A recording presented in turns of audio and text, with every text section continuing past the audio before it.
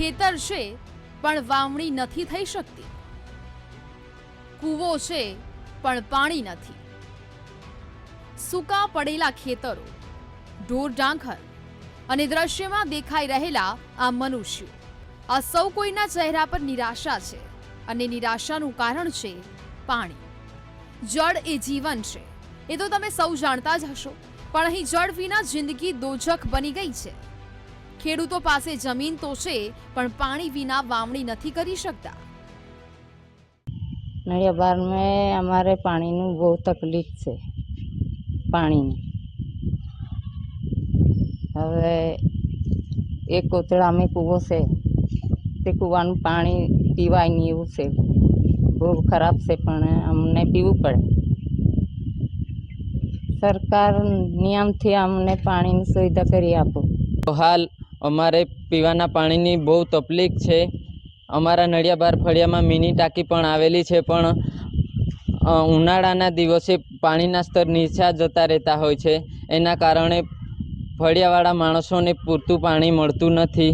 એના કારણે અમારા નડિયાબાર ફળિયામાં એક જૂનો કૂવો છે,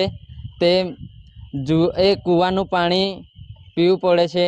એ ફળિયાથી બહુ દૂર આવેલું છે એ કૂવો, પણ એ કૂવાનું પાણી પણ હાલ બહુ ડોળું આવે છે, પીવા માટે યોગ્ય નથી. પણ સરકારશ્રીને અમારી એટલી વિનંતી કે અમારા ગ્રામજનોને પીવાના પાણીની સુવિધા કરી આપે.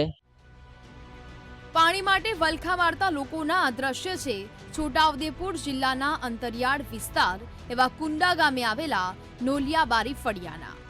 આ ફળિયામાં 30 જેટલા ઘર આવેલા છે, જેમાં 250 જેટલા લોકો રહે છે, જ્યાં સ્થિતિ એટલી બદતર છે કે સ્થાનિકો પાણી માટે ટળવળી રહ્યા છે. વાત જાણે એમ છે કે ઉનાળો શરૂ થતાં જ જમીનમાં પાણીના તળ ઊંડા જઈ રહ્યા છે, જેને કારણે પાણીનું સંકટ તોડાઈ રહ્યું છે. વીટીવી ન્યૂઝની ટીમે પાણીની સમસ્યા જાણવા નસવાડી તાલુકાના કુંડા ગામની મુલાકાત લીધી તો જોવા મળ્યું કે અહીં પાણીની મોટી સમસ્યા છે. પાણીના અભાવે મોટાભાગના ખેતરો સૂકા મેદાન બની રહ્યા છે. ખેતી માટે તો ઠીક, પીવા માટે પણ પાણી નથી. નોલિયાબારી ફળિયામાં સ્થાનિકોને પીવાનું પાણી ભરવા માટે દૂર કોતરમાં આવેલા કૂવા પાસે જવું પડે છે. એટલું જ નહીં, કૂવામાં રહેલું પાણી પણ દૂષિત થઈ ગયું છે, જેથી સ્થાનિકો આવું દૂષિત પાણી પીવા મજબૂર બન્યા છે. મહત્વની વાત તો એ છે કે કુંડા ગામના નોલિયાબારી ફળિયાથી માત્ર 12 કિલોમીટર દૂરથી જ નર્મદા નદી પસાર થાય છે. જો કે આ નર્મદાના નીર સૌરાષ્ટ્ર કચ્છ સુધી તો પહોંચી ગયા, પરંતુ જ્યાંથી આ નદી પસાર થઈ રહી છે તે વિસ્તારના લોકો જ નર્મદાના નીરથી વંચિત છે. જેથી ગામ લોકો માંગ કરી રહ્યા છે કે વહેલી તકે પાણી આપવામાં આવે. જો તેમને પાણી મળે તો તેમની જિંદગી થોડી સરળ બની શકે છે.